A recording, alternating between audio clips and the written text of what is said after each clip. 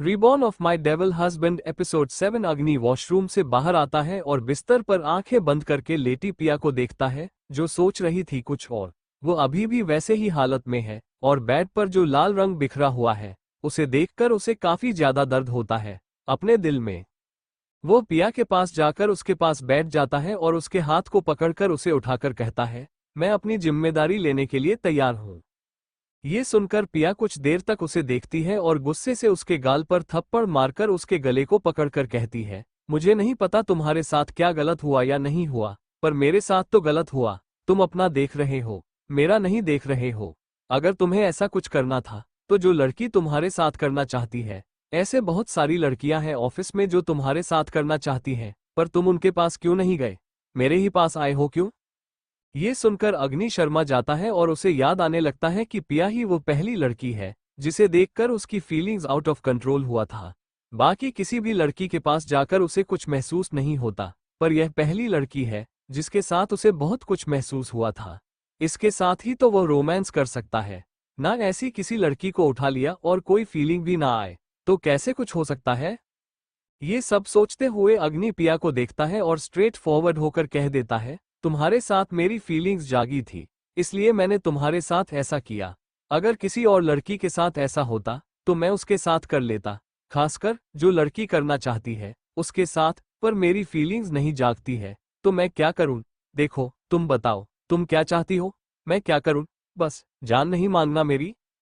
ये सुनकर पिया कुछ देर तक उसे देखती है और उठकर वॉशरूम चली जाती है। दूसरी तरफ अभियुक्त घर पहुंचकर अंतरा के पास जाकर उसे गले लगा लेता है। अंतरा, जो अपने बच्चों के पीठ पर थपकी देते हुए सो रही थी, वो पलक झपकते ही उठ जाती है और अपने सिर को उठाकर उसके चेहरे को देखती है। उसके ऐसा करने से ही अभियुक्त इस मौके का फायदा उठाकर उसके होठों को चूम लेता है और कहता है, मैं ज्यादा बड़ा हूँ, मैं ज्यादा हैंडसम हूँ, मैं ज्यादा लंबा हूँ, मेरे एब्स ज्यादा अच्छे हैं, पर तुम्हें मेरे असिस्टेंट में क्या दिखा है? उसमें कुछ है ही नहीं। ये सुनकर अंतरा कुछ देर तक उसे देखती है और फिर उसका कॉलर पकड़कर गुस्से से कहती है, क्या मतलब? तुम उसके साथ सोने गए थे? अपने असिस्टेंट के साथ? तुमने मुझे धोखा दिया, वह भी एक लड़की के साथ मिलकर। तुम्हें लड़कों में ज्यादा दिलचस्पी है। ये सुनकर वो गुस्से से कहता है, ऐसा कुछ नहीं है, मैं बस उसके पास देखने गया था कि मेरा ज्यादा अच्छा है या उसका ज्यादा अच्छा है। तुम बहुत तारीफ कर रही थी न उसकी, इसलिए मुझे बहुत गुस्सा आ गया। उसकी बातें सुनकर अंतरा गुस्से से कहती है, गुस्सा तो मुझे आ रहा है तुम पर बहुत ज्यादा, मैं तुमसे बात नहीं कर सकती। मुझे तुम पर कितना ज्यादा गुस्सा आ रहा है, तुम गुस्से के ही लायक हो। ये सुनकर वो हंसते हुए कहता है, तुम्हारे गुस्सा करने या ना करने से मुझे फर्क नहीं पड़ता है जान। तुम बस मुझ पर ध्यान दो और किसी और पर नहीं, क्योंकि तुमसे मैं हूं, पता है ना? पहली बार हमारी मुलाकात में मैं कैसे तुम्हें उठा लिया था, जबरदस्ती शादी कर ली थी, और जो कोई भी हमारे बीच में आया उसे जड़ से ही खत्म कर दिया। मैं तुम्हारे लिए कितना पागल हूं, तुम सोच भी नहीं सकती हो। ये सुनकर अंतरा सच में पड़ जाती है। उसकी पिछली जिंदगी में कभी भी अभी उसने उसे ऐसे बात नहीं किया था। बस रात को आता, अपना जरूर पूरा करके चला जाता, और इस बार अभियुक्त ऐसे उससे बात कर रहा था, उससे प्यार कर रहा था, यहाँ तक कि उसे खुश करने की कोशिश कर रहा था। अपने जाने अनजाने में वह काफी ज्यादा डर भी रहा था उसे खोने से। हालांकि पिछले जिंदगी में ऐसा कुछ भी नहीं था। वह अभियुक्त के होठों पर अपने हाथ को रखकर कहती है, बच्चे सो रहे हैं, चुप करो। अभी बहुत मुश्किलों से दोनों सो रहे हैं। पता नहीं इन दोनों को क्या हुआ है, बार बार दर्द से छटपटा रहे हैं। ऐसा लग रहा है कि कुछ हो रहा है उनके साथ। ये सुनकर अभियुक्त कुछ सोचता है और उसके ऊपर से उठकर उसके गाल को थपथपाकर कहता है, मैं अभी बाहर जा रहा हूँ। ये सुनकर अंतरा कहती है, हाँ जाओ, अभी मुझे मेरे बच्चों का ख्याल रखना, और हो सके तो डॉक्टर को भी बुला लेना। ये सुनकर अभियुक्त बाहर चला जाता है और अग्नि को कॉल करता है, पर वो कॉल उठाता ही नहीं। तभी उसके पास एक कॉल आता है और वो गुस्से से कॉल को उठा लेता है और हैरानी से कहता है, क्या क्या बात कर रहे हो? मैं अभी आ रहा हूँ।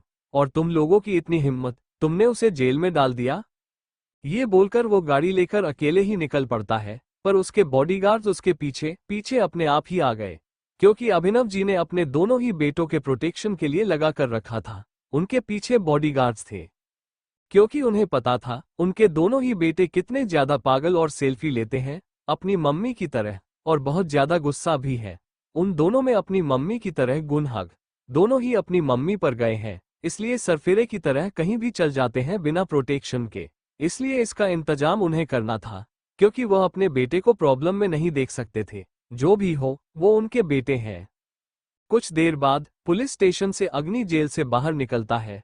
अभियुक्त गुस्से से पुलिस वालों को अपनी जलती हुई आंखों से देखकर गुस्से से कहता है, तुम लोगों की हिम्मत भी कैसे हुई इसे अंदर डालने की?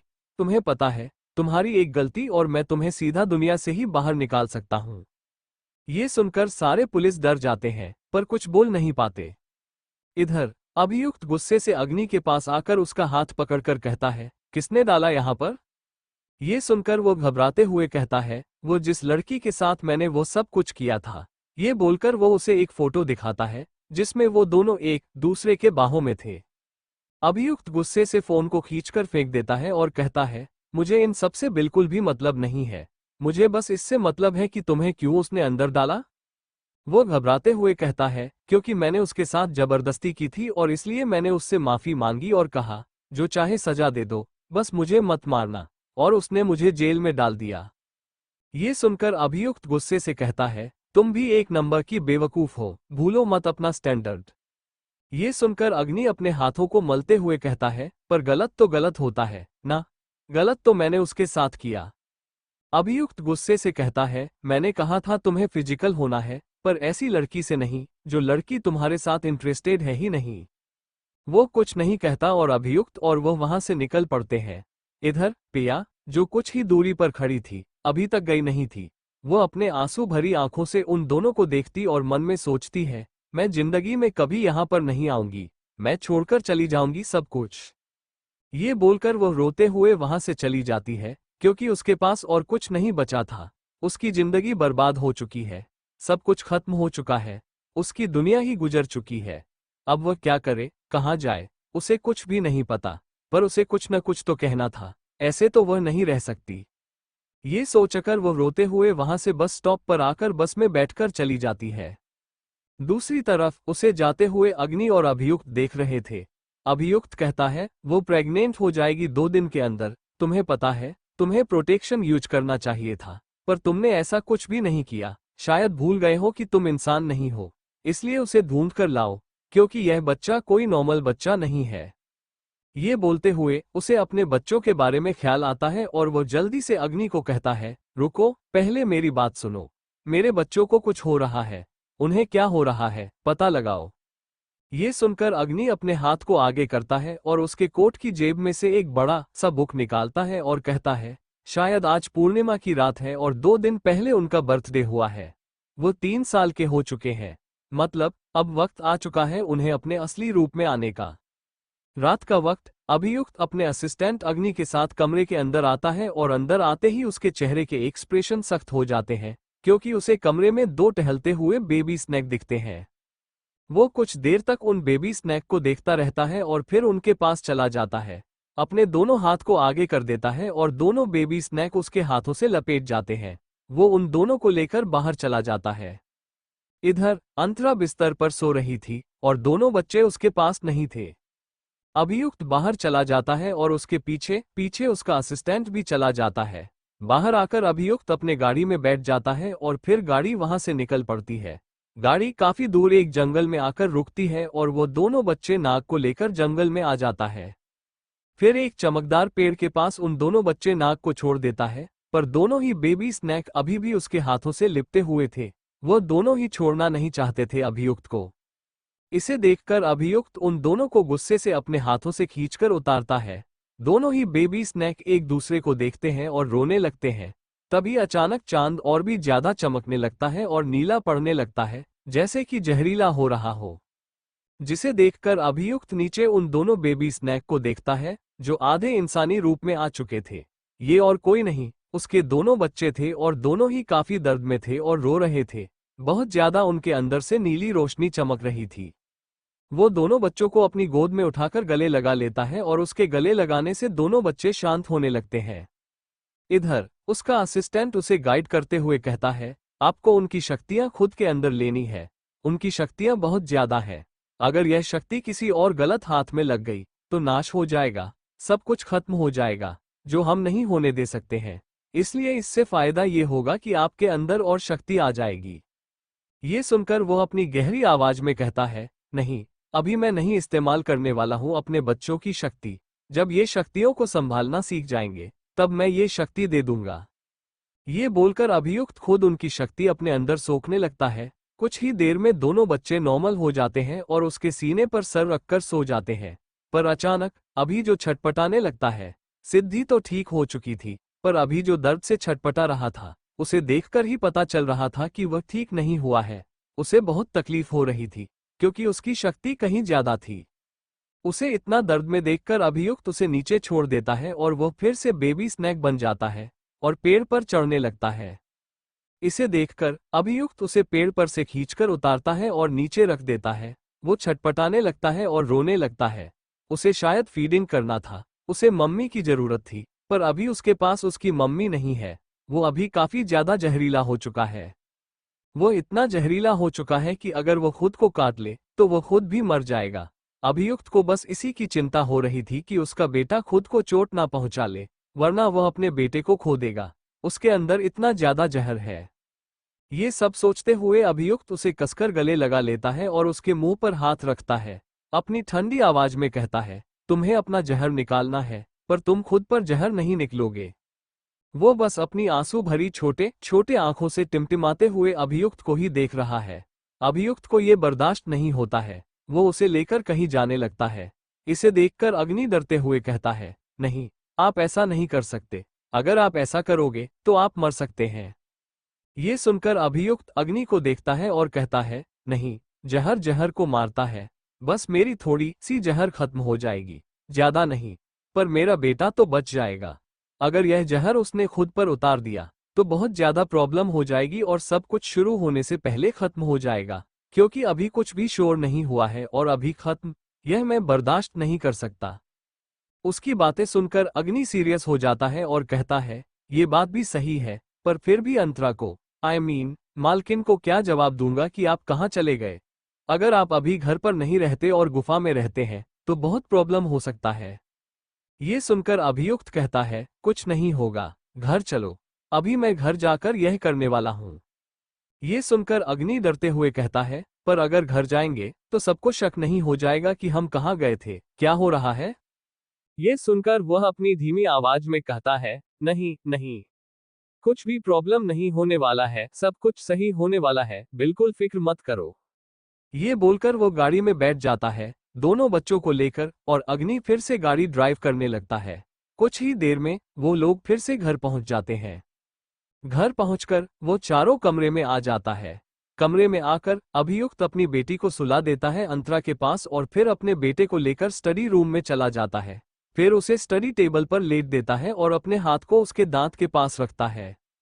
अभी जो टिमटिमाते हुए उसे देख रहा था, तुरंत वो उसके हाथ को काट लेता है अपने दांत से और वो खून बहने निकलने लगता है। उसने काफी ज्यादा जहर निकाल दिया था। वो निकालने के बाद एकदम नॉर्मल हो जाता है और फिर बेहोश हो जाता है। उसके ऐसा होने के साथ ही अभियुक्त नीचे बैठ जाता है और अपने सिर पर हाथ रख देता है। फिर अपनी गहरी आवाज में कहता है, दोनों बच्चों को लेकर बाहर चले जाओ। ये सुनकर अग्नि घबराते हुए कहता है, पर मालकिन का क्या मालकिन को भी लेकर जाऊं? ये सुनकर वो दांत पीस करके आता है और बोलता है, जल्दी करो। ये सुनकर अग्नि जल्दी से अभी को गोद में उठा लेता है और फिर बाहर आकर सिद्धि को भी गोद में उठाकर बाहर लेकर चला जाता है। और उसके जाने के कुछ देर बाद अभियुक्त जैसे जैसे चलते हुए दरवाजे को बंद करता है, फिर धीमे कदमों से बिस्तर पर आकर बैठ जाता है। अंतरा को देखकर मुस्कुराता है और कहता है, यू काम मी डाउन। ये बोलते हुए बस की खूबसूरत होठों को देखने लगता है और उसके बगल में लेटकर धीरे धीरे अपने हाथ को उसके पेट पर ले जाता है और ऊपर लाने लगता है। असल में ये जहर उसे पर नशा जैसा काम कर रहा है। उसे कुछ नहीं हुआ है, उसे ऐसा लग रहा है कि बस वह नशे में है और कैसे ही उसे कुछ हो सकता है। वो खुद बहुत ज्यादा जहरीला है, इतना ज्यादा कि कोई सोच नहीं सकता। और उसका बेटा तो बहुत छोटा है, फिर भी उसके अंदर इतना ज्यादा जहर है। जब वो बड़ा हो जाएगा तब कितना खतरनाक होगा। उसका बेटा अभी तो बहुत मासूम है, छोटा सा है।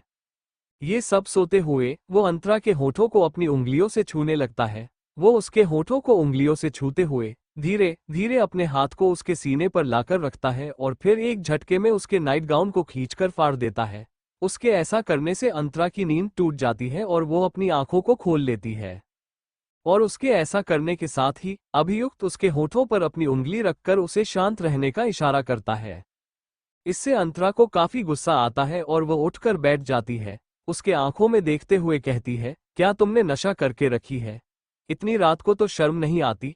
2 बच्चों के पिता हो चुके हो, फिर भी? ये सुनकर अभियुक्त उसे खींचकर अपने करीब कर लेता है और उसके बालों को पकड़ लेता है। इससे अंतरा को दर्द होता है और वह अपनी आंखों को कसकर बंद कर लेती है। घबराते हुए सोचती है, यह क्या हो रहा है? तुम्हारी आंखें, इसका कलर क्यों चेंज हो रहा है? ये सोचकर अंतरा को कुछ याद आता है। वह हैरानी से अभियुक्त को देखने लगती है। अभियुक्त भी उसे देख रहा था, अपने नशीली आंखों से। उसके आंखों में बस चाहत दिख रही थी। शायद वह भी छोड़ने नहीं वाला है अंतरा को। अंतरा का कमरा। अंतरा आस पास देखते हुए कहती है, मेरे बच्चे कहाँ गए? ये सुनकर अभियुक्त एकदम से उसकी कलाई को पकड़कर उसे बिस्तर पर लेट देता है और खुद उसके ऊपर जाकर उसके गर्दन को चूमते हुए कहता है, वो लोग ठीक है। ये बोलकर उसके हाथों को अपने कंधे पर रख देता है और फिर उसके गाल पर हाथ रखकर कहता है, I want to FHCK you right now. उसकी बातें सुनकर अंतरा गुस्से से उसके सीने पर हाथ रखती है तो उसे धक्का देती है और खुद बिस्तर से उठकर दरवाजे के पास जाते हुए कहती है, तुम्हें बस यही सब करना आता है। न जाने मेरे बच्चे कहाँ पर चले गए हैं। तुमने कहाँ पर भेज दिया है बच्चों को? मेरा मन कर रहा है मैं तुम्हें जान से मार डालूं। ये बोलकर वो दरवाजा खोलती है और बाहर चली जाती है। उसे बाहर जाता देखकर अभियुक्त को इतना गुस्सा आता है कि वह गुस्से से अपनी लाल आंखों से उसे देखता है। अचानक अंतरा फिर से अंदर आ जाती है और दरवाजा बंद करके अपने दिल पर हाथ रख लेती है और अभियुक्त को देखने लगती है। अभियुक्त मुस्कुराता है और अपने हाथ को आगे कर देता है, पर अंतरा उसके पास नहीं आती, जिसे देखकर अभियुक्त खुद ही उसके पास आकर उसे अपने गोद में उठा लेता है और बिस्तर पर फेंकते हुए कहता है, बच्चे ठीक है, तुम मुझ पर ध्यान दो ना। अपने पति पर भी थोड़ा ध्यान देना चाहिए तुम्हें। बार बार बच्चों को लेकर बिजी नहीं होना चाहिए। थोड़ा अपने पति को देखो, ध्यान दो उस पर। और वैसे भी मैं बहुत ज्यादा प्यार करता हूं तुमसे। अंतरा गुस्से से बस उसे देखती रहती है और अभियुक्त धीरे धीरे उसके कपड़ों को उतारकर फेंक देता है। अब दोनों के ही कपड़े नीचे गिरे हुए थे और वह मुस्कुराते हुए उसे देख रहा था। काफी देर तक उसे ऐसे देखने के बाद वो अपने हाथों को उसके गाल पर रखता है और धीरे धीरे फिसलते हुए उसके सीने पर पहुंचता है और फिर उसके पूरे बदन को अपने हाथों से छूने लगता है। और उसके ऐसा करने से अंतरा कसकर अपनी आंखों को बंद कर लेती है और गहरी गहरी सांस लेकर अपने मन में सोचती है, क्या यह अभी भी नहीं बदलने वाला है? मुझे लगा था ये बदल जाएगा, पर ये तो अभी भी पहले जैसा ही है, थोड़ा सा भी नहीं बदला है। पहले भी यही तो करता था और शायद अभी यही करना चाहता है। यह नहीं बदलने वाला है। उम्मीद लगाना बेकार है। मैं बेवजह इससे उम्मीद लगा लेती हूँ। जितनी बार भी उम्मीद लगाई है उतनी बार ही मेरे दिल को टूटना पड़ा है। अब मुझे मजबूत बनना है। कल मैं ऑप्शन जाऊंगी। ये सोचकर वो कसकर ब्लैंकेट को पकड़ लेती है और अचानक उसके मुंह से हल्का चीख निकल जाता है क्योंकि अभियुक्त उसके अंदर समा गया था और वह बस उसे देख ही सकती थी और कुछ नहीं कर सकती थी। वह नहीं रोक सकती। रोकने का कोई फायदा नहीं है। ये बिल्कुल नहीं रुकने वाला है, नहीं मानने वाला है। इसे अपनी मनमानी ही करनी है। ये बस अपनी मनमानी करना ही जानता है, इससे ज्यादा और कुछ भी नहीं। इसलिए वो चुपचाप बस बर्दाश्त कर लेती है और अभियुक्त जो कर रहा था उससे काफी परेशानी हो रही है अंतरा को। और न जाने क्यों आज उसे दर्द भी हो रहा था, बहुत ज्यादा। ऐसा पहले कभी नहीं हुआ। उनके बीच में कई बार हो चुका है, पर उसे इतना दर्द कभी नहीं हुआ जितना आज हो रहा है। यह उसे समझ नहीं आ रहा कि उसे इतना दर्द क्यों हो रहा है। इधर अभियुक्त उसके कान में कहता है, तुमने बोला था ना मेरा असिस्टेंट ज्यादा अच्छा है। नहीं, मेरा ज्यादा अच्छा है। देख लो, मैं तुम्हें ज्यादा अच्छे से शांत कर सकता हूँ। कैसे दर्द से तुम्हारे मुंह से आवाज निकल रही है और यह मेरे दिल को सुकून दे रहा है। ये सुनकर अंतरा अपने आंसू भरी आंखों से उसे देखते हुए गुस्से से कहती है, मैंने तुम्हें सेटिस्फैक्शन देने के लिए बोला था, ना कि अपनी हवस मिटाने के लिए, जानवर जैसा बिहेव करने के लिए। बहुत दर्द हो रहा मुझे और इसे नहीं चाहिए। मुझे तुम छोड़ो, जाने दो मुझे। मैं बर्दाश्त नहीं कर पा रही हूँ। ये बोलते हुए वो गुस्से से एक गहरी सांस लेती है। ये सुनकर वो हंसते हुए कहता है, ये तो वो शुरुआत है, अभी पूरी रात बाकी है और आज जाने नहीं दूंगा तुम्हें। आज पूरी रात तुम्हें परेशान करना है। वैसे भी कई दिन हो गए, इतना ज्यादा खुशी मुझे नहीं मिला जितना आशिक मिल रहा है। ये बोलकर वो नीले चांद को देखता है, जो उनकी खिड़की से दिख रहा था और जिसकी नीली रोशनी से पूरा कमरा चमक रहा था। चमकते हुए चांद को देखकर अभियुक्त को और भी ज्यादा एक्साइटमेंट हो रहा था। जैसे जैसे रात गहरी हो रही थी, अभियुक्त शांत होने की जगह और भी ज्यादा वाइल्ड हो रहा था। इतना ज्यादा कि अंतरा के लिए उसे बर्दाश्त करना बहुत मुश्किल होता जा रहा था। पर वो बिल्कुल रुक नहीं रहा था। उसने थोड़ी देर के लिए भी नहीं छोड़ा था अंतरा को। और अब अंतरा की हालत इतनी ज्यादा बुरी हो चुकी थी कि वो बेहोशी की हालत में चली जाती है और रोने लगती है। उसे रोता देखकर अभियुक्त एक पल के लिए रुकता है, पर कुछ सोचकर फिर से शुरू हो जाता है और उसके होठों पर अपना होंठ रखकर धीरे धीरे चूमने लगता है। उसके ऐसा चूमने से न जाने कैसे पर अंतरा का दर्द जैसे बहुत ज्यादा कम हो जाता है। अंतरा को शांत होता देखकर चुप हो जाता है और अभियुक्त उसके सर को चूमता है और उसके ऊपर से हट जाता है। उसके हटाने के साथ ही अंतरा गहरी गहरी सांस लेकर दूसरी तरफ मुंह कर लेती है और अपने ऊपर ब्लैंकेट ढक लेती है। पर वो अभी कहाँ रुकने वाला था। वो बस अंतरा को देख रहा था। थोड़ी देर बाद अभियुक्त फिर से उसे अपने करीब खींचकर कहता है, फर्स्ट राउंड तो काफी अच्छा था, अब सेकंड राउंड की बारी है और उसके बाद थर्ड और उसके बाद बहुत सारे राउंड बाकी है। उसकी बात सुनकर अंतरा हैरान हो जाती है और वो अपने मन में सोचती है, क्या यह अभी भी वो सब करना चाहता है? ये फर्स्ट राउंड था, ये सब क्या हो रहा है? वह कैसे बर्दाश्त करेगी? ये सोचकर वो परेशान हो जाती है और कहती है, ये तुम कैसी बात कर रहे हो? मैं नहीं बर्दाश्त कर पाऊंगी। क्या तुम पागल हो चुके हो? तुम्हारा दिमाग खराब हो चुका है। तुम ऐसा करना बंद करो और मुझे जाने दो। और मेरे बच्चे कहाँ हैं, ये तो बता दो। पर अभियुक्त फिर से उसे अपने ऊपर कर लेता है और कहता है, अब तुम मुझे खुश करोगी, मैंने इतनी देर तक तुम्हें किया है। ये सुनकर वो गुस्से से कहती है, मुझे बच्चों के पास जाना है, जाने दो। ये सुनकर अभियुक्त उसके सर को अपने सीने पर रखता है और बस कर अपने हाथों से उसके सर को पकड़ लेता है। जबरदस्ती एक पोजीशन बनाकर उसके अंदर समा जाता है और कहता है, चुपचाप मेरे साथ रहो। बच्चे जहां पर हैं, सही हालत में हैं, तुम्हें इतना फिक्र करने की जरूरत नहीं है। ये बोलते हुए वो मुस्कुराता है और फिर अंतरा को देखने लगता है। इधर अंतरा गुस्से से कहती है, तुम बहुत ज्यादा पागल हो चुके हो, मैं तुम्हें जान से मार डालूंगी। मुझे तुम पर इतना ज्यादा गुस्सा आ रहा है कि मैं तुम्हारे साथ बात नहीं कर सकती। ये सुनकर वो हंसते हुए कहता है, बताने की जरूरत भी नहीं है, तुम्हें गुस्सा आ रहा है, गुस्से को रहने दो। वैसे भी मुझे बिल्कुल मतलब नहीं है तुम्हारे गुस्सा होने से या ना होने से। मुझे बस जो मुझे कहना है, मुझे वही चाहिए, इससे ज्यादा और कुछ नहीं। अंतरा को उसकी यह सारी बातें एहसास दिला रही हैं कि वो अभी भी इसका खिलौना ही है। जब चाहे ये खेलेगा और चला जाएगा, उसके साथ जो चाहे करेगा। अब वक्त आ चुका है इस आदमी से छुटकारा पाने का। उसने मौका दिया था, पर यह मौके के लायक नहीं है। यह आदमी शैतान है, यह नहीं बदलने वाला है। अब अंतरा को मतलब नहीं था कि वह याद में जिंदा वासी हो या ना। बच्चे उसे बस अपने बच्चों से मतलब है। वो अपने बच्चों को लेकर दूर चली जाएगी और इतना स्ट्रांग बनेगी कि खुद को वह अपने सारे दुश्मनों को खत्म कर देगी। और उसके पास अभी पावर भी थे, शायद उसके पास और भी पावर थे जिनको जानना परखना जरूरी है उसके लिए। ये सोचते हुए वो एक गहरी सांस लेती है और फिर अपनी आंखों को बंद कर लेती है क्योंकि वो अभी उसके चेहरे को नहीं देखना चाहती है। कुछ देर बाद अभियुक्त पूरी तरह से शांत हो जाता है और सो जाता है। उसे गले लगाकर देखकर अंतरा हैरान हो जाती है। उसे नहीं लगता कि यह उसे छोड़ देगा अभी। रात का वक्त अभियुक्त और अंतरा दोनों एक दूसरे के बाहों में लिपटे हुए सो रहे थे। दोनों के बदन पर एक भी कपड़ा नहीं था और ब्लैंकेट भी नीचे गिरा हुआ था अब तक। वही अभियुक्त अंतरा को देख रहा था, अंतरा भी उसे देख रही थी। कुछ देर तक ऐसे एक दूसरे को देखने के बाद अंतरा अपने आंखों को बंद कर लेती है।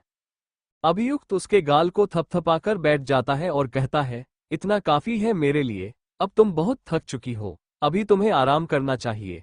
मैं और परेशान नहीं करूंगा क्योंकि मैं काफी ज्यादा खुश हो चुका हूं। तुमने मुझे काफी ज्यादा सेटिस्फैक्शन दिया है और मैं बहुत ज्यादा खुश हूं। उसकी बातें सुनकर अंतरा अपने आंसू भरी आंखों से उसे गुस्से से देखती है और कहती है, तुम बहुत ज्यादा बुरे हो, मैं कभी तुमसे बात नहीं करूंगी। ये सुनकर अभियुक्त उसके गाल को थपथपा कर कहता है, कॉलेज में तो बात करना पड़ेगा ना, कल से तुम्हें कॉलेज जाना है, भूलो मत। कॉलेज जाना कितना ज्यादा जरूरी है, तुम्हारा लास्ट ईयर चल रहा है, उसके बाद तुम्हें मेरे अनुसार अपना कोर्स भी पूरा करना है। ये सुनकर वो गुस्से से कहती है, नहीं, मुझे जो करना है, मैं तुम्हारी बात नहीं मानूंगी। ये सुनकर अभियुक्त कहता है, क्या तुम अपनी पिछली जिंदगी की तरह ये जिंदगी भी बर्बाद करना चाहती हो? अगर नहीं, तो मेरे अकॉर्डिंग चलो, दूसरा मौका मिला है तुम्हें, बर्बाद मत होने दो। अंतरा को उसकी बात पहले तो समझ नहीं आती और जब समझ आती है, तब वक्त बाहर चला गया था। वह हैरान हो गई थी। वो जल्दी से अपने बदन पर टोवेल लपेटकर अभियुक्त के पीछे पीछे बाहर आ जाती है। उसे ऐसे बाहर आते देखकर अभियुक्त अपना कोट जो खुद पहन रहा था, उसे ओढ़ा देता है और गुस्से से कहता है, ऐसे कैसे बाहर आ गई तुम? ये सुनकर वो गुस्से से कहती है, तुम पहले मुझे बताओ, तुम ये कैसी बात कर रहे थे? पिछली जिंदगी और इस जिंदगी के बारे में मुझे समझ नहीं आ रही तुम्हारी बात, तो मुझे ठीक से बताओ। अभियुक्त उसके गाल पर हाथ रखता है और कहता है, समझदार को इशारा काफी होता है, पर तुम इतनी ज्यादा बेवकूफ और बुद्धू हो कि तुम्हें पूरी बात बताना पड़ेगा, उसके बाद तुम्हें समझ आएगा। सच में कितनी बेवकूफ बीवी मिली है मुझे, जो इतनी ज्यादा डीप बात भी नहीं समझती है।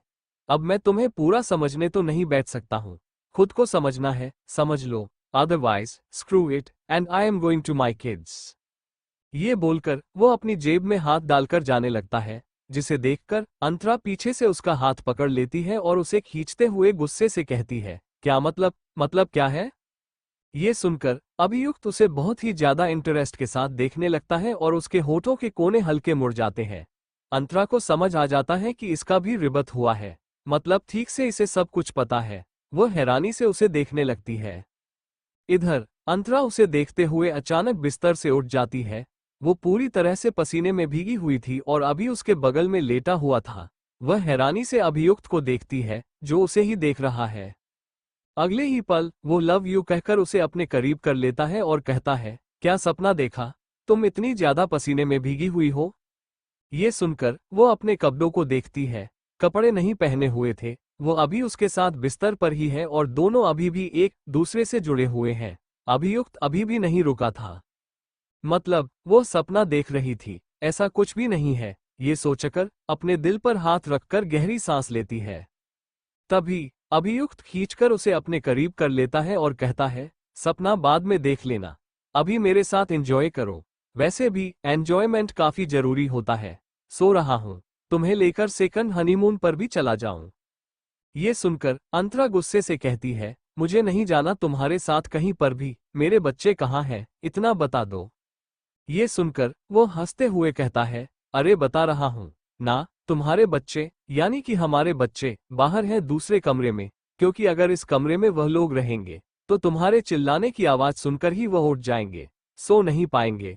और आज मेरा मन कुछ ज्यादा ही पागल हो रहा था, इसलिए पागलपंती तो दिखाना ही था ना।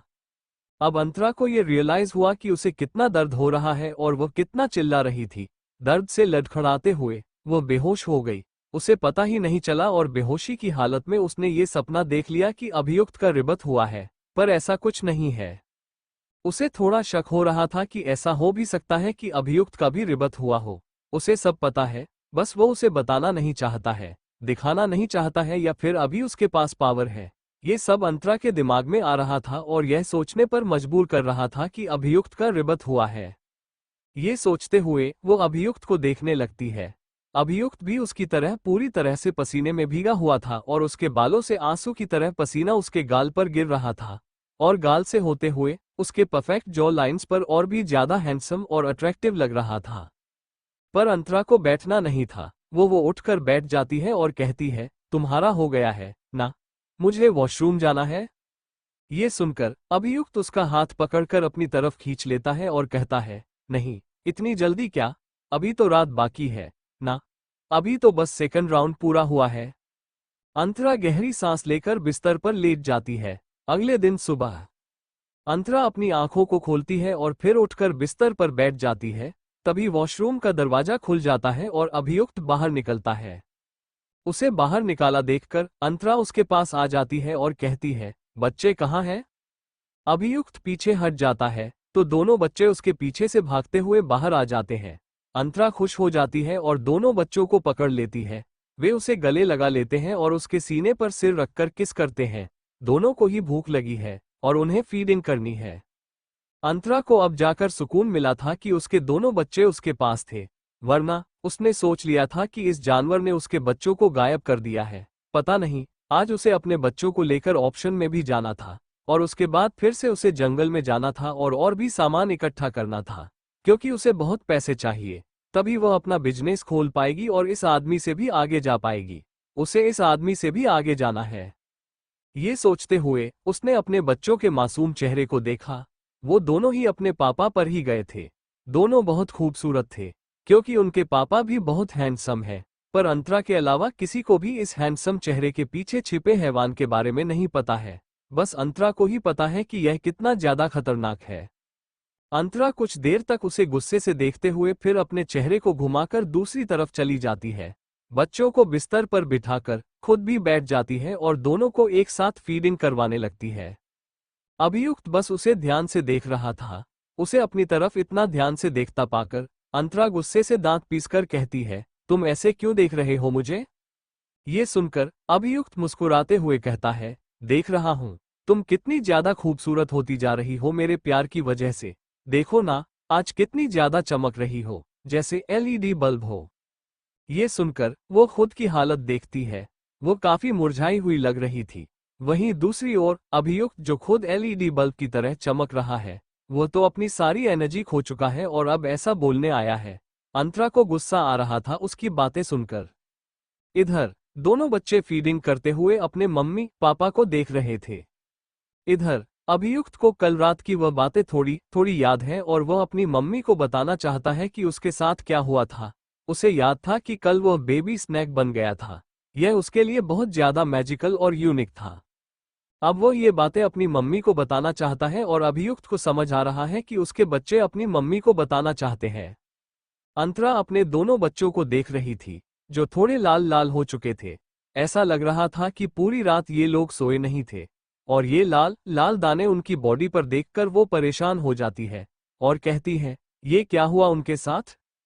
ये सुनकर अभियुक्त अपने हाथ को पीछे फोल्ड करके उसके पीछे आकर खड़ा हो जाता है और कहता है, रैशेज हो चुके हैं, डॉक्टर के पास ले ही जाने वाला था।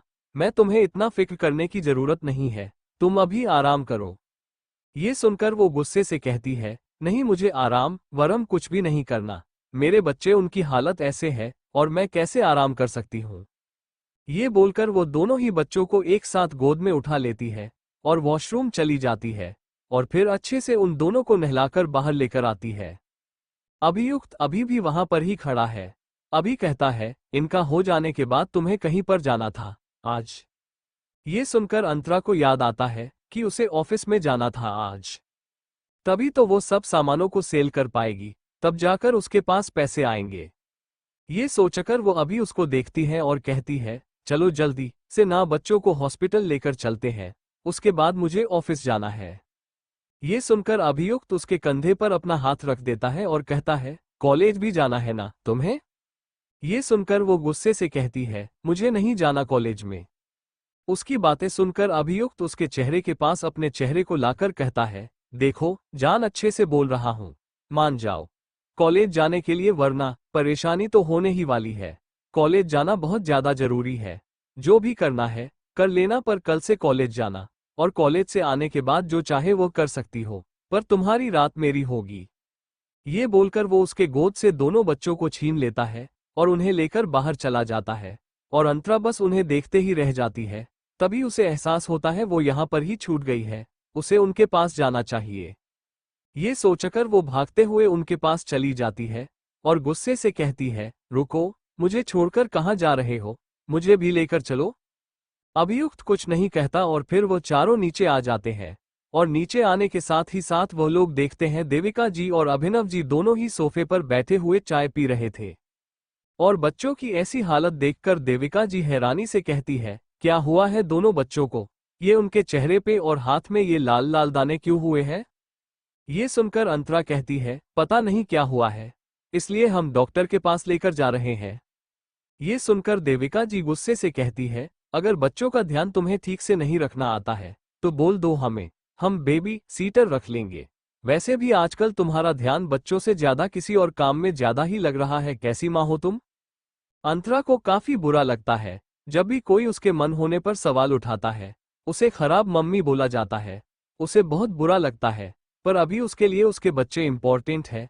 उसे इन सब लफ्जों में नहीं पड़ना है, उसे पहले हॉस्पिटल लेकर जाना है। बच्चों को ये सोचकर वो जवाब नहीं देती है, बाहर चली जाती है। अभी उसके पीछे पीछे ही था, क्योंकि अभी इस वक्त भी बच्चों को लेकर अस्पताल ही जा रहा था। इधर उन्हें ऐसे जाता देखकर देविका जी गुस्से से कहती है, देखो ये लोग जा रहे हैं, हमें भी चलना चाहिए उनके साथ। न जाने बच्चों के साथ क्या हुआ है, इन दोनों को ही बच्चों को संभालना नहीं आता है। ये बोलकर देविका जी जाने लगती है। उनके पीछे पीछे उन्हें जाता देखकर अभिनव जी भी उनके पीछे पीछे निकल पड़ते हैं, चाय का कप साइड में रखकर, और फिर वो लोग अस्पताल चले जाते हैं। दूसरी तरफ सेजल और विद्युत दोनों ही देख रहे थे उन्हें जाते हुए। सेजल गुस्से से मन में कहती है, हर कोई बस इन्हें लेकर ही पड़ा है, किसी को मेरे परवाह नहीं है। एक इनका बेटा जिन्होंने मेरी जिंदगी बर्बाद कर दी है, पर उनके घर वाले भी कुछ खास अच्छे नहीं है। वैसे भी ऐसे मम्मी पापा वैसे ही बेटे, क्या ही उम्मीद लगाया जा सकता है इन लोगों से। मन में सोचते हुए वह जाने लगती है, पर विद्युत बिना उसकी तरफ देखकर उसके हाथ को पकड़कर खींच लेता है और उसके कमर पर हाथ रखकर अपनी गहरी आवाज में कहता है, वेयर आर यू गोइंग। ये सुनते ही सेजल गुस्से से कहती है, मैं जहां भी जाऊं तुम्हारा क्या, मुझे जाना है, मुझे जाने दो, छोड़ो मेरा हाथ। ये बोलकर वो अपने हाथ को छुड़वाने की कोशिश करती है, पर विद्युत उसके हाथ को और भी कसकर मजबूती से पकड़ लेता है और गुस्से से कहता है, मैंने तुम्हें जाने की इजाजत नहीं दी है, तुम कहीं नहीं जाओगी। तुम भूलो मत, तुम्हारे सांसों पर भी मेरा हक है। तुम मेरे बिना इजाजत के सांस भी नहीं ले सकती हो, और जा रही हो बिना मेरी मर्जी के। सेजल गुस्से से कहती है, तो मैं क्या करूं, मुझे नहीं रहना यहां पर, अभी मुझे आराम करना है, प्रेग्नेंट हूं मैं, भूलो मत। ये बोलकर वो विद्युत को दूर धक्का देती है, अपने पेट पर हाथ रखकर जाने लगती है और विद्युत भी उसके पीछे पीछे आ जाता है और फिर पीछे से अपने बाहों में भरकर उसके पेट को सहलाते हुए कहता है, ये बच्चा बहुत ही ज्यादा प्रॉब्लम क्रिएट कर रहा है, एक काम करते हैं, हॉस्पिटल चलते हैं, तुम्हारा अबॉर्शन करवा देते हैं। सेजल रुक जाती है और हैरानी से विद्युत को देखने लगती है। उसे यकीन नहीं हो रहा है कि अपने बच्चों के लिए विद्युत ऐसा बोल रहा है, जो बच्चा दुनिया में अभी तक आया ही नहीं। ये कुछ ज्यादा ही गलत नहीं है। उसने कभी नहीं सोचा था कि विद्युत ऐसी बात रहेगा, अपने ही बच्चे को मारने की कोशिश करेगा। इससे ही अंदाजा लगाया जा सकता है कि विद्युत को किसी से भी मतलब नहीं है, उसे बस खुद से मतलब है, और वह अच्छा इंसान है ही नहीं।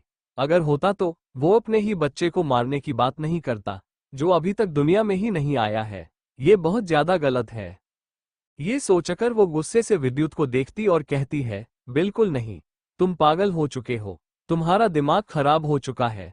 मैं क्यों अपने बच्चों को मार डालूं, मैं ऐसा बिल्कुल नहीं करने वाली हूं। ये सुनकर विद्युत उसके होठों पर अपनी उंगली फेरते हुए कहता है, पर तुम्हें देखकर लगता है तुम्हें बच्चे की वजह से बहुत प्रॉब्लम होती है, कोई जबरदस्ती नहीं है। बच्चे को पैदा करने की करना है करो, वरना मत करो, मुझे बिल्कुल फर्क नहीं पड़ता है। ये बोलकर वो बाहर चला जाता है और गार्डन को देखने लगता है। उसे ऐसे गार्डन को देखते देखकर सेजल गुस्से से उसके पास जाती है और कहती है, क्यों तुम अपने बच्चों को मारना चाहते हो, तुम्हें अपने ही बच्चे को मारना है। तुम कितने ज्यादा नीचे गिर चुके हो, तुम किसी के भी सगे नहीं हो, ना तो मेरे, ना तो अपने परिवार के, ना तो अपने बच्चे के, और हाँ, तुम अपने खुद के बच्चे के लिए सगे नहीं हो, तो अपने परिवार के लिए क्या सगे होगे। एक दिन तुम्हारे परिवार को तुम्हारी सच्चाई पता चल जाएगी कि तुम खुद ही अपने परिवार को बर्बाद करना चाहते हो। अगले ही पल विद्युत अपने सर को घुमाकर अपने लाल ठंडी आंखों से उसे देखता है और धीरे धीरे मुस्कुराने लगता है। वो बहुत ही हल्का मुस्कुरा रहा है, पर उसके मुस्कुराहट में इतना दहशत था कि कोई भी देखकर बहुत ज्यादा डर जाए। ऐसे ही हालत सेजल की भी हो रही थी, उसे भी बहुत डर लग रहा है। उसकी यह मुस्कान देखकर वो डरते हुए कहती है, क्या हुआ, ऐसे मुस्कुरा क्यों रहे हो, तुम मुझे डराने की कोशिश कर रहे हो। देखो मैं बता दूंगी तुम्हारे परिवार वालों को तुम्हारी सच्चाई। ये सुनकर वो अपने हाथ को पीछे फोल्ड कर लेता है और धीमे कदमों से उसकी तरफ आने लगता है, और उसे ऐसे अपनी तरफ आता देखकर सेजल पीछे हटने लगती है। धीरे धीरे उसे बहुत डर लग रहा था। वो एक एक कदम पीछे लेने लगती है और विद्युत एक एक कदम उसकी तरफ लेने लगता है, और काफी पीछे आने के बाद वह अचानक बिस्तर पर गिर जाती है और गहरी गहरी सांस लेकर विद्युत को देखने लगती है। इधर उधर बिस्तर के पास उसके सामने खड़ा होकर रुक जाता है और फिर अपनी जेब से लाइटर और सिगरेट निकालकर सिगरेट को जलाता है और उस अपने मुंह में भरने लगता है। और वो ऐसा क्यों कर रहा था, सेजल को समझ ही नहीं आ रहा है कि यह ऐसा क्यों कर रहा है। वो बस ध्यान से देख रही थी उसको। इधर विद्युत सिगरेट को नीचे फेंक देता है और फिर थोड़ा नीचे झुककर उसके दोनों पर हाथ रख देता है और उसके बड़े से पेट को देखते हुए कहता है, मुझे नहीं मतलब है इसे ना तुमसे ना किसी से। हाँ, मैं वही हूँ जो अपने ही परिवार को, अपने ही भाई को, सबको मारना चाहता है। एक दिन मुझे मौका मिल जाएगा, मार डालूंगा सबको, और अगर तुमसे दिल भर गया तो तुम्हें भी मार डालूंगा। मुझे नहीं चाहिए बच्चा, ना तो तुम चाहिए। मुझे तुम तब तक के लिए चाहिए जब तक मुझे तुम्हारी जरूरत है। ये सुनकर सेजल गुस्से से कहती है, तुम बहुत नीचे गिर चुके हो, बहुत ज्यादा। अगर कभी मुझे मौका मिले तो मैं सबको बता दूंगी तुम कितने ज्यादा घटिया हो, कितने ज्यादा मतलबी हो, जो अपने भाई से ही जलता है और तुम किसी की खुशी बर्दाश्त नहीं कर सकते हो। ये सुनकर विद्युत उसके सीने पर हाथ रखता है और धीरे धीरे अपने हाथ को फिसलते हुए उसके पेट पर लाता है और कुछ देर तक उसके पेट को देखने के बाद कहता है, तुम्हें बच्चा नहीं चाहिए ना? ये सुनकर सेजल गुस्से से कहती है, तुम्हारा बच्चा है ना, इसलिए नहीं चाहिए मुझे, और मुझे परेशान करना बंद करो और जाओ यहां से। ये सुनकर वो सेजल के ऊपर से हट जाता है और फिर पास में रखे फ्रूट बास्केट को देखता है और फिर एप्पल काटने वाले छोटे से चाकू को अपने हाथ में ले लेता है और हाथ में एक एप्पल उठा लेता है और फिर उसे एप्पल को सेजल के पेट पर रखता है। धीरे धीरे उस चाकू से एप्पल को थोड़ा काटते हुए कहता है, तुम्हें ये बच्चा नहीं चाहिए ना? तो मुझे ये बच्चा चाहिए। किसी को नहीं चाहिए तो इस बच्चे का क्या ही फायदा दुनिया में आने का? अगर यह किसी को चाहिए ही नहीं, इसे खत्म कर देते हैं। ये बोलते वो चाकू को ऊपर उठकर उसके पेट पर घुमाने ही वाला था कि सेजल चिल्लाते हुए उसे दूर धक्का देती है और रोते हुए कहते हैं, नहीं नहीं, मत मारो, मेरे बच्चे को छोड़ दो। मेरे बच्चे को तुम सबको मार डालो, मेरे बच्चे को मत मारो। ये मेरा बच्चा है। मैं बस इसीलिए कह रही थी, मैं जानना चाहती हूँ तुम्हें अपने बच्चों से मतलब है कि नहीं। ये सुनकर वो एक और सिगरेट निकालता है और उसे जलाकर अपने होठों के बीच में रखता है और फिर एक लंबी सांस भरने के बाद धीमी आवाज में कहता है, तुम्हें चाहिए या बच्चा? ये सुनकर सेजल घबराते हुए कहती है, नहीं चाहिए। अगले ही पल उसके पेट के थोड़े से पास से चाकू गुजर जाता है और वो चिल्लाते हुए अपने पेट पर हाथ रख दी और डरते हुए कहती है, नहीं नहीं, मुझे चाहिए मेरा बच्चा। मैं भला कैसे अपने बच्चों को मार सकती हूँ? मेरा बच्चा है, माँ हूँ मैं इसकी। कोई माँ अपने बच्चों की जान कैसे ले सकती है? मैं जितना भी बोलूं मुझे नहीं चाहिए, पर हूं तो मैं एक माँ ही, मुझे मेरा बच्चा चाहिए। ये सुनकर विद्युत उस चाकू को उठा लेता है और उसके गाल पर रखकर उसके होठों के करीब आकर अपने गर्म सांसों को उसके होठों पर छोड़ते हुए कहता है, ठीक है, रख लो, पर अगर तुम मेरे काम के बीच में आने की कोशिश करते हो तो तुम भी जाओगे और यह बच्चा भी जाएगा जान से। मुझे नहीं मतलब है तुमसे ना, तो इस बच्चे से जो भी मेरे काम के बीच में आएगा मैं हटा दूंगा रास्ते से, उसे चाहे वो कोई भी हो, तुम हो या मेरा खुद का बच्चा ही क्यों ना हो। Did you understand? ये सुनकर वो घबराते हुए सर को हाँ में हिलाती है और अपने पेट पर हाथ रखकर नीचे फिसलते हुए बैठ जाती है और अपने घुटनों पर सर छुपाकर रोने लगती है। विद्युत कुछ देर तक उसे ऐसे ही देखा है और फिर अपने एक पंजे के बाल नीचे बैठ जाता है और उसके जबड़े को पकड़ के चेहरे को ऊपर करता है और उसके होठों पर अपनी उंगली रखकर धीरे धीरे उसकी होठों को सहलाते हुए कहता है, अच्छी लड़की हो ना तुम, क्या तुम मेरी बात मानोगे? मैं जो बोलूंगा तुम वह करोगी, वरना ये तुम्हारा बच्चा दुनिया से चला जाए, तुम्हें पता भी नहीं चलेगा। अगर तुम्हें अपने बच्चों को बचाना है तो मेरी सारी बात मानना है तुम्हें। ये सुनकर वो डरते हुए कहती है, सारी ही तो बात मान रही हो ना? तुम्हारी आज तक मैंने जो भी किया है तुम्हारे भाई भाभी के साथ तुम्हारे कहने पर ही तो किया है, कुछ भी मैंने अपने मन से नहीं किया है। तुम जो बोल रहे हो मैं वही तो कर रही हूँ। ये सुनकर विद्युत उसकी खूबसूरत बालों को अपने एक हाथ से मुट्ठियों में पकड़ लेता है और उन्हें रफ करते हुए कहता है, अच्छी लड़की हो, ऐसे ही मेरी बात मानते रहो, और अब तुम्हें कुछ बड़ा करना है, और अगर नहीं करते हो तो ये बोलकर वो अपनी जेब से बंदूक निकालकर उसके पेट पर रखता है। उसे ऐसा करता देखकर सेजल रोते हुए कहती है, तुम्हारा बच्चा है ये, तुम्हारा बच्चा। क्या तुम्हें बिल्कुल भी अपने बच्चों से मतलब नहीं है? तुम्हें बिल्कुल फर्क नहीं पड़ता है? ये सुनकर वो हल्का मुस्कुराता है और कहता है, फर्क मुझे बिल्कुल नहीं पड़ता है। मैं खुद से बहुत प्यार करता हूं ना, मेरे बच्चे से, ना तुमसे, ना किसी और से। मुझे बस खुद से मतलब है और किसी से नहीं, और जब तक तुम दोनों मेरे काम के हो मैं पूरा उसे करूंगा तुम दोनों का। पर फिलहाल के लिए मुझे तुम्हारी बॉडी की जरूरत है। ये बोलते हुए वो इस चाकू को उसके सीने के पास जाकर एकदम से खींच देता है और उसके कपड़े फाड़ देता है और वह अपने सीने को ढकने लगती है। Thank you for listening. मुझे उम्मीद है आपको ये स्टोरी पसंद आई होगी। अगर आपको पसंद आए है तो प्लीज लाइक और कमेंट करना ना भूलें और मोर स्टोरीज के लिए सब्सक्राइब करें। मिलते हैं नेक्स्ट वीडियो में।